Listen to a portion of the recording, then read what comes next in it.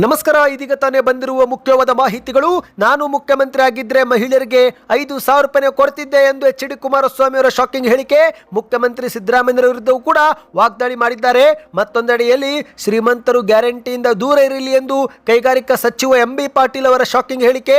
ಗ್ಯಾರಂಟಿಗಳ ಬಗ್ಗೆ ಮುಖ್ಯವಾದ ಮಾಹಿತಿ ನೋಡೋಣ. ಇನ್ನು ಗೃಹಲಕ್ಷ್ಮಿಯರಿಗೆ ಮತ್ತೊಂದು ಗುಡ್ ನ್ಯೂಸ್ ಕೊಟ್ಟ ಸರ್ಕಾರ. ಬಾಕಿ ಕಂತು 2,000 ರೂಪಾಯಿ ಜೊತೆಗೆ 3 ಲಕ್ಷವರೆಗೆ ಸಾಲ ಸೌಲಭ್ಯ ಕೊಡಲು ಸರ್ಕಾರದ ಗ್ರೀನ್ ಸಿಗ್ನಲ್. ಇದೇ ಮಧ್ಯೆ ಮನೆ ಕಟ್ಟೋರಿಗೂ ಕೂಡ ಸಿಹಿ ಸುದ್ದಿ.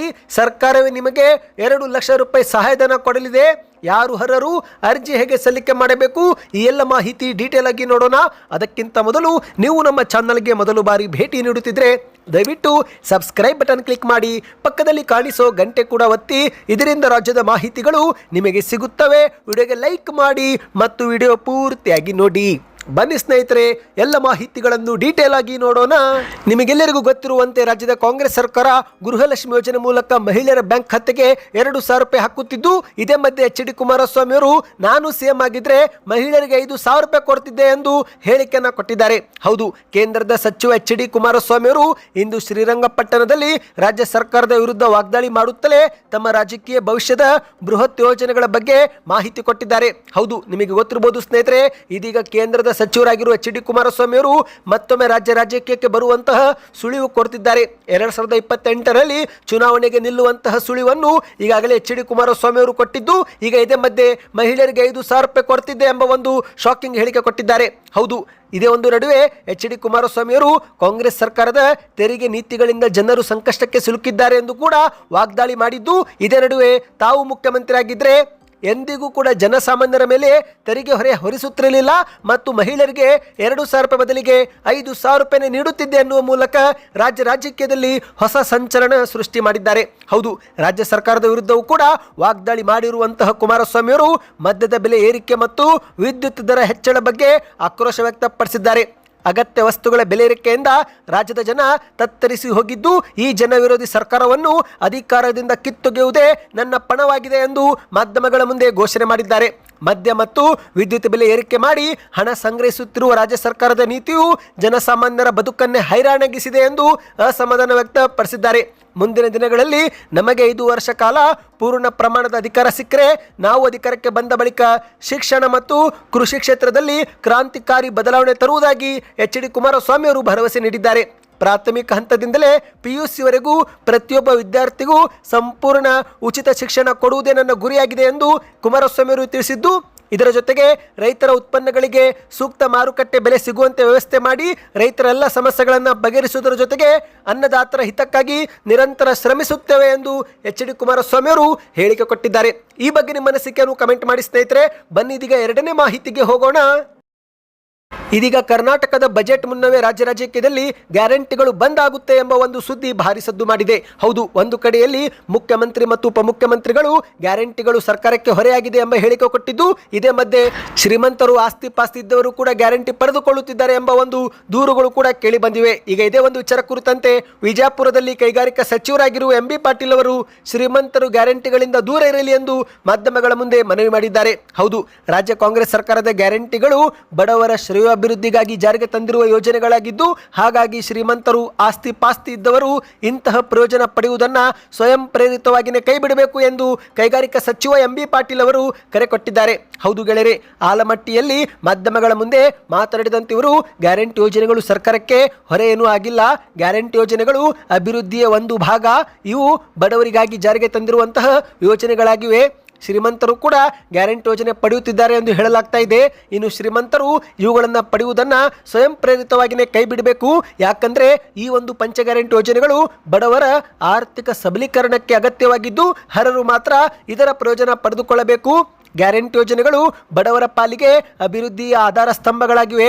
ಆರ್ಥಿಕವಾಗಿ ಸದೃಢರಾಗಿದ್ದರೆ, ತೆರಿಗೆ ಪಾವತಿ ಮಾಡುತ್ತಿದ್ದರೆ ಅವರೆಲ್ಲರೂ ಈ ಒಂದು ಗ್ಯಾರಂಟಿಗಳಿಂದ ದೂರ ಇರುವುದೇ ಉತ್ತಮ ಎಂದು ಎಂ.ಬಿ. ಪಾಟೀಲ್ ಅವರು ಸಲಹೆ ಕೊಟ್ಟಿದ್ದಾರೆ. ಇನ್ನು ಇದೇ ನಡುವೆ ಕಾಂಗ್ರೆಸ್ನ ಗ್ಯಾರಂಟಿಗಳು ಹೊರೆಯಾಗಿವೆ ಎಂಬ ಡಿ.ಕೆ. ಶಿವಕುಮಾರ್ ಅವರ ಹೇಳಿಕೆ ಬಗ್ಗೆ ಕೇಳಿದಾಗ ಅದಕ್ಕೆ ಉತ್ತರ ಕೊಟ್ಟಂತೆ ಎಂ.ಬಿ. ಪಾಟೀಲ್ ಅವರು ಗ್ಯಾರಂಟಿ ಯೋಜನೆಗಳ ಜೊತೆಗೆ ರಾಜ್ಯ ಸರ್ಕಾರ ಅಭಿವೃದ್ಧಿ ಕೆಲಸವೂ ಕೂಡ ಮಾಡ್ತಾ ಇದೆ. ಗ್ಯಾರಂಟಿ ಯೋಜನೆಗಳಿಂದ ಅಭಿವೃದ್ಧಿ ಕೆಲಸಗಳು ಕುಂಠಿತಗೊಂಡಿಲ್ಲ. ಯಾಕಂದ್ರೆ ಮುಖ್ಯಮಂತ್ರಿ ಸಿದ್ದರಾಮಯ್ಯನವರು ಹಣಕಾಸು ತಜ್ಞರು ಕೂಡ ಆಗಿದ್ದು ಅವರು ಹಣಕಾಸಿನ ವ್ಯವಹಾರವನ್ನು ಸಮರ್ಥವಾಗಿ ನಿರ್ವಹಿಸುತ್ತಿದ್ದಾರೆ ಎಂದು ಮಾಧ್ಯಮಗಳ ಮುಂದೆ ತಿಳಿಸಿದ್ದಾರೆ. ಬನ್ನಿದೀಗ ಗೃಹಲಕ್ಷ್ಮಿಯರಿಗೆ ಮತ್ತೊಂದು ಮಾಹಿತಿ ಬಂದಿದೆ ಸ್ನೇಹಿತರೆ. ದಯವಿಟ್ಟು ಇದುವರೆಗೆ ವಿಡಿಯೋಗೆ ಲೈಕ್ ಮಾಡಿಲ್ಲವೆಂದರೆ ಲೈಕ್ ಮಾಡಿ ಮತ್ತು ಮುಂದಿನ ಮಾಹಿತಿ ಪಡೆದುಕೊಳ್ಳಲು ಚಾನಲ್ಗೆ ಸಬ್ಸ್ಕ್ರೈಬ್ ಮಾಡಿಕೊಳ್ಳಿ. ಈಗ ಗೃಹಲಕ್ಷ್ಮಿಯರಿಗೆ 2,000 ರೂಪಾಯಿ ಅಷ್ಟೇ ಅಲ್ಲ, 3 ಲಕ್ಷ ರೂಪಾಯಿ ಸಾಲ ಸೌಲಭ್ಯವೂ ಕೂಡ ಕೊಡಲಿದೆ ಅಂತೆ. ಹೌದು, ಸರ್ಕಾರ ಗೃಹಲಕ್ಷ್ಮಿಯರಿಗೆ ಮತ್ತೊಂದು ಸಿಹಿ ಸುದ್ದಿ ಕೊಟ್ಟಿದೆ.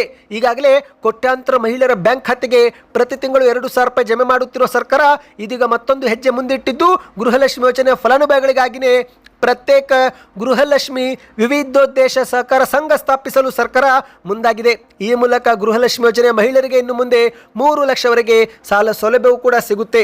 ಹೌದು ಸ್ನೇಹಿತರೆ, ಈ ಒಂದು ಹೊಸ ನಿಯಮದ ಪ್ರಕಾರ ನೀವು ಮೊದಲಿಗೆ ಗೃಹಲಕ್ಷ್ಮಿ ಬ್ಯಾಂಕ್ನಲ್ಲಿ ಸದಸ್ಯತ್ವ ಪಡೆದುಕೊಳ್ಳಬೇಕು. ಹೌದು, ಇಲ್ಲಿ ಮಹಿಳೆಯರಿಗೆ ಏನು ಗೃಹಲಕ್ಷ್ಮಿ ಯೋಜನೆ 2,000 ರೂಪಾಯಿ ಜಮೆ ಆಗುತ್ತೋ ಅದರಲ್ಲಿ 200 ರೂಪಾಯಿ 6 ತಿಂಗಳಂತೆ ಕಡಿತ ಮಾಡಿಕೊಳ್ಳಲಾಗುತ್ತೆ. ಅಂದರೆ ಸ್ನೇಹಿತರೆ, ನಿಮ್ಮ ಹೆಸರಲ್ಲಿನೇ ಠೇವಣಿ ನೀಡಲಾಗುತ್ತೆ. ಆದರೆ ಮೊದಲ 6 ತಿಂಗಳು ಈ ರೀತಿ 200 ರೂಪಾಯಿ ಅಂತ ನೀವು ಸದಸ್ಯತ್ವ ಪಡೆದುಕೊಳ್ಳಬೇಕು. ಒಂದು ಬಾರಿ 6 ತಿಂಗಳು ಪೂರ್ತಿ ಆದರೆ ಆಗ ನೀವು 3 ಲಕ್ಷವರೆಗೆ ಸಾಲ ಸೌಲಭ್ಯ ಪಡೆದುಕೊಳ್ಳಬಹುದು ಸ್ನೇಹಿತರೆ. ಹೌದು, ಮೊದಲಿಗೆ ಗೃಹಲಕ್ಷ್ಮಿ ಯೋಜನೆಯ ಬ್ಯಾಂಕಿನ ಷೇರುಗಳನ್ನು ನೀವು ಪಡೆದುಕೊಳ್ಳಬೇಕು. ಸಾಲ ಸೌಲಭ್ಯ ಪಡೆಯಲು ಈ ನಿಯಮ ಪಾಲನೆ ಮಾಡಲೇಬೇಕು. ಸದಸ್ಯತ್ವ ಪಡೆದುಕೊಳ್ಳಲು ಫಲಾನುಭವಿಗಳು ಮೊದಲು ಇಂತಿಷ್ಟು ಹಣವನ್ನು ಕಟ್ಟಬೇಕಾಗುತ್ತೆ. ಪ್ರತಿ ತಿಂಗಳು 200 ರೂಪಾಯಿಯಂತೆ ಕನಿಷ್ಠ 6 ತಿಂಗಳು ಈ ರೀತಿ ಹಣ ಕೊಟ್ಟ ಬಳಿಕ ನೀವು 3 ಲಕ್ಷವರೆಗೆ ಸಾಲ ಪಡೆಯಲು ಅರ್ಹರಾಗುತ್ತೀರಾ. ಅಂದರೆ ಸ್ನೇಹಿತರೆ, ಇಲ್ಲಿ ಮಹಿಳೆಯರಿಗೆ ಇದು ಒಂದು ಯೋಜನೆ ಆಗಿದೆ. ಕಡಿಮೆ ಬಡ್ಡಿ ದರದಲ್ಲಿ ನಿಮಗೆ ಸಾಲ ಸಿಗುತ್ತೆ. 30,000 ರೂಪಾಯಿಂದ 3 ಲಕ್ಷವರೆಗೆ ನೀವು ವೈಯಕ್ತಿಕ ಸಾಲ ಪಡೆದುಕೊಳ್ಳಬಹುದು. ಮತ್ತು ಇಲ್ಲಿ ಒಂದು ವಿಶೇಷ ಏನೆಂದರೆ ಸ್ನೇಹಿತರೆ, ಗೃಹಲಕ್ಷ್ಮಿಯರು ಸಾಲ ಪಡೆದುಕೊಳ್ಳಲು ಯಾವುದೇ ಒಂದು ಶ್ಯೂರಿಟಿ ಕೊಡಬೇಕಾಗಿಲ್ಲ. ಅಂದರೆ ಆಸ್ತಿ ಪಾಸ್ತಿ ಬಂಗಾರ ಇಂತಹ ಯಾವುದೇ ಒಂದು ಶ್ಯೂರಿಟಿ ನೀವು ಕೊಡಬೇಕಾಗಿಲ್ಲ. ಆರಾಮಾಗಿ ನೀವು 3 ಲಕ್ಷವರೆಗೆ ಸಾಲ ಪಡೆದುಕೊಳ್ಳಬಹುದು. ಈ ಒಂದು ಹಣದಿಂದ ಸಣ್ಣ ವ್ಯಾಪಾರ, ಹೈನುಗಾರಿಕೆ, ಕೃಷಿಗಾಗಿ, ಮಕ್ಕಳ ಶಿಕ್ಷಣ ಅಥವಾ ವಾಹನ ಖರೀದಿಗೂ ಕೂಡ ಹಣ ಬಳಸಿಕೊಳ್ಳಬಹುದು ಎಂದು ಹೇಳಲಾಗಿದೆ. ಈ ಬಗ್ಗೆ ಇನ್ನಷ್ಟು ಮಾಹಿತಿ ಬೇಕೆಂದರೆ ಕಮೆಂಟ್ನಲ್ಲಿ ಸಾಲ ಸೌಲಭ್ಯ ಎಂದು ಕಮೆಂಟ್ ಮಾಡಿ ಸ್ನೇಹಿತರೆ. ಇನ್ನು ಗೃಹಲಕ್ಷ್ಮಿಯರಿಗೆ 27ನೇ ಕಂತು ಕೂಡ ಬಿಡುಗಡೆಯಾಗಿದೆ ಎಂದು ಗ್ಯಾರಂಟಿ ಯೋಜನೆಯ ಪ್ರಾಧಿಕಾರದ ಉಪಾಧ್ಯಕ್ಷಕ ದಿನೇಶ್ ಗೂಳಿಗೌಡ ಅವರು ಬೆಂಗಳೂರಲ್ಲಿ ಮಾಹಿತಿ ಕೊಟ್ಟಿದ್ದಾರೆ. ಹೌದು, ಒಂದು ಕಡೆಯಲ್ಲಿ ಸಚಿವ ಲಕ್ಷ್ಮೀ ಹೆಬ್ಬಾಳ್ಕರ್ ಅವರು ಇದುವರೆಗೆ 26 ಕಂತು ಹಾಕಿದ್ದೇವೆ ಎಂಬ ಹೇಳಿಕೆ ಕೊಟ್ಟರೆ, ಇತ್ತ ದಿನೇಶ್ ಗೂಳಿಗೌಡ ಅವರು ಖಜಾನೆಯಿಂದ 27ನೇ ಕಂತು ಕೂಡ ಬಿಡುಗಡೆಯಾಗಿದೆ. ಶೀಘ್ರವೇ ಎಲ್ಲಾ ಜಿಲ್ಲೆ ಫಲಾನುಭವಿಗಳಿಗೆ 2,000 ರೂಪಾಯಿ ಜಮೆ ಆಗುತ್ತೆ ಎಂದಿದ್ದಾರೆ. ಅಂದ್ರೆ ನವೆಂಬರ್ ತಿಂಗಳವರೆಗಿನ ಕಂತು ಕ್ಲಿಯರ್ ಮಾಡಲಾಗಿದೆ. ಇದೀಗ ಡಿಸೆಂಬರ್ ತಿಂಗಳ ಕಂತು ಅಂದ್ರೆ 27ನೇ ಕಂತು ಕೂಡ ಖಜಾನೆಯಿಂದ ಬಿಡುಗಡೆ ಆಗಿದೆ ಎಂಬ ಮಾಹಿತಿ ಸಿಕ್ಕಿದೆ ಸ್ನೇಹಿತರೆ. ನಿಮ್ಮ ಬ್ಯಾಂಕ್ ಖಾತೆಗೆ ಕಳೆದ 2 ತಿಂಗಳಲ್ಲಿ ಒಂದು ಬಾರಿ ಆದರೂ ಗೃಹಲಕ್ಷ್ಮಿ ಯೋಜನೆ ಹಣ ಜಮಾವಾಯ್ತಾ? ನೀವು ನಮಗೆ ಕಮೆಂಟ್ ಮಾಡಿ ತಿಳಿಸಿ. ಬನ್ನಿದೀಗ ಕೊನೆ ಮಾಹಿತಿಗೆ ಹೋಗೋಣ. ಮನೆ ಕಟ್ಟೋರಿಗೂ ಕೂಡ ಸರ್ಕಾರ 2 ಲಕ್ಷ ರೂಪಾಯಿ ಸಹಾಯಧನ ಕೊಡಲು ಮುಂದಾಗಿದೆ. ಹೌದು, ನಿಮ್ಮ ಹೆಸರಲ್ಲಿ ಸ್ವಂತ ಜಾಗವಿದ್ದು ಕೈಯಲ್ಲಿ ಹಣವಿಲ್ಲದೆ ಅಥವಾ ಹಣದ ಅಡಚಣೆಯಿಂದ ಮನೆ ಕಟ್ಟಲಾಗದೆ ಪರದಾಡುತ್ತಿದ್ರೆ ನಿಮಗೆ ಸರ್ಕಾರ ಸಿಹಿ ಸುದ್ದಿ ಕೊಟ್ಟಿದೆ. ಹೌದು, ತಲೆಗೊಂದು ಸೂರು ಹೊಂದಬೇಕು ಎಂಬ ಕನಸು ಕಂಡವರಿಗೆ ಆಶ್ರಯ ವಸತಿ ಯೋಜನೆಯಡಿಯಲ್ಲಿ ಆರ್ಥಿಕ ನೆರವು ನೀಡಲು ಸರ್ಕಾರ ಅರ್ಜಿ ಕರೆದಿದೆ ಸ್ನೇಹಿತರೆ. ರಾಜೀವ್ ಗಾಂಧಿ ವಸತಿ ನಿಗಮದ ಮೂಲಕವೇ ಈ ಒಂದು ಯೋಜನೆ ಜಾರಿಗೆಗೊಳ್ಳಲಾಗುತ್ತಿದ್ದು ಅರ್ಹ ಫಲಾನುಭವಿಗಳಿಗೆ ಮನೆ ನಿರ್ಮಾಣಕ್ಕಾಗಿ ಗರಿಷ್ಠ 2 ಲಕ್ಷವರೆಗೆ ನೇರ ನಗದು ಸಹಾಯಧನ ಸರ್ಕಾರ ಕೊಡಲಿದೆ. ಇನ್ನು ಈ ಒಂದು ಯೋಜನೆಗೆ ಅರ್ಜಿ ಸಲ್ಲಿಕೆ ಮಾಡುವವರು ವಸತಿ ರಹಿತರಾಗಿರಬೇಕು. ಅಂದರೆ ಮನೆ ಹೊಂದಿರಬಾರದು, ಆರ್ಥಿಕವಾಗಿ ಹಿಂದುಳಿದ ಕುಟುಂಬಗಳು ಮಾತ್ರ ಈ ಒಂದು ಯೋಜನೆಗೆ ಅರ್ಹರು. ಹೌದು ಸ್ನೇಹಿತರೆ, ಅರ್ಜಿ ಸಲ್ಲಿಕೆ ಮಾಡಿದವರಿಗೆ ಮನೆ ನಿರ್ಮಾಣಕ್ಕೆ 1,20,000 ರೂಪಾಯಿಂದ 2 ಲಕ್ಷವರೆಗೆ ಸಹಾಯಧನ ಸಿಗುತ್ತೆ. ಮತ್ತು ಇಲ್ಲಿ ವಿಧವೆಯರಿಗೆ, ವಿಕಲಚೇತನರಿಗೆ, ತೃತೀಯ ಲಿಂಗಿಗಳಿಗೆ ಆದ್ಯತೆ ಕೊಡಲಾಗಿದೆ. ಈ ಒಂದು ಹಣ ನೇರವಾಗಿ ಬ್ಯಾಂಕ್ ಖಾತೆಗೆ ಜಮೆ ಆಗುತ್ತೆ ಸ್ನೇಹಿತರೆ. ಯಾವ ಅಧಿಕಾರಿಗಳು ಕೂಡ ಮನೆಗೆ ಬಂದು ಕೈಯಲ್ಲಿ ನಿಮಗೆ ಹಣ ನೀಡೋದಿಲ್ಲ, ನಿಮ್ಮ ಬ್ಯಾಂಕ್ ಖಾತೆಗೆ ಹಣ ಜಮೆ ಆಗುತ್ತೆ. ಮತ್ತು ಅರ್ಜಿ ಸಲ್ಲಿಕೆ ಮಾಡುವಂತಹ ಫಲಾನುಭವಿಗಳು ಕರ್ನಾಟಕದ ಖಾಯಂ ನಿವಾಸಿ, 18 ವರ್ಷ ಮೇಲ್ಪಟ್ಟಿರಬೇಕು, ಕುಟುಂಬದ ವರ್ಷದ ಆದಾಯ 3 ಲಕ್ಷಕ್ಕಿಂತ ಕಡಿಮೆ ಇರಬೇಕು, ಅರ್ಜಿದಾರರ ಹೆಸರಲ್ಲಿ ಕರ್ನಾಟಕದಲ್ಲಿ ಯಾವುದೇ ಸ್ವಂತ ಮನೆ ಇರಬಾರದು ಮತ್ತು BPL ಪಡಿತರ ಚೀಟಿ ಹೊಂದಿರುವುದು ಕಡ್ಡಾಯವಾಗಿದೆ. ಇನ್ನು ಅರ್ಜಿ ಸಲ್ಲಿಕೆ ಮಾಡುವುದು ಹೇಗೆಂದರೆ ಆಫ್ಲೈನ್ ಮೂಲಕವೂ ಕೂಡ ಅರ್ಜಿ ಸಲ್ಲಿಕೆ ಮಾಡಬಹುದು. ಅರ್ಹ ಅಭ್ಯರ್ಥಿಗಳು ಸಮೀಪದ ಗ್ರಾಮ ಪಂಚಾಯತ್, ಬೆಂಗಳೂರು 1 ಅಥವಾ BBMP ವಾರ್ಡ್ಗೆ ಹೋಗಿ ಭೇಟಿ ಕೊಟ್ಟು ಅರ್ಜಿ ಸಲ್ಲಿಕೆ ಮಾಡಬಹುದು. ಇಲ್ಲ ಆನ್ಲೈನ್ ಮೂಲಕವೂ ಕೂಡ ಅರ್ಜಿ ಸಲ್ಲಿಕೆ ಮಾಡಬಹುದು.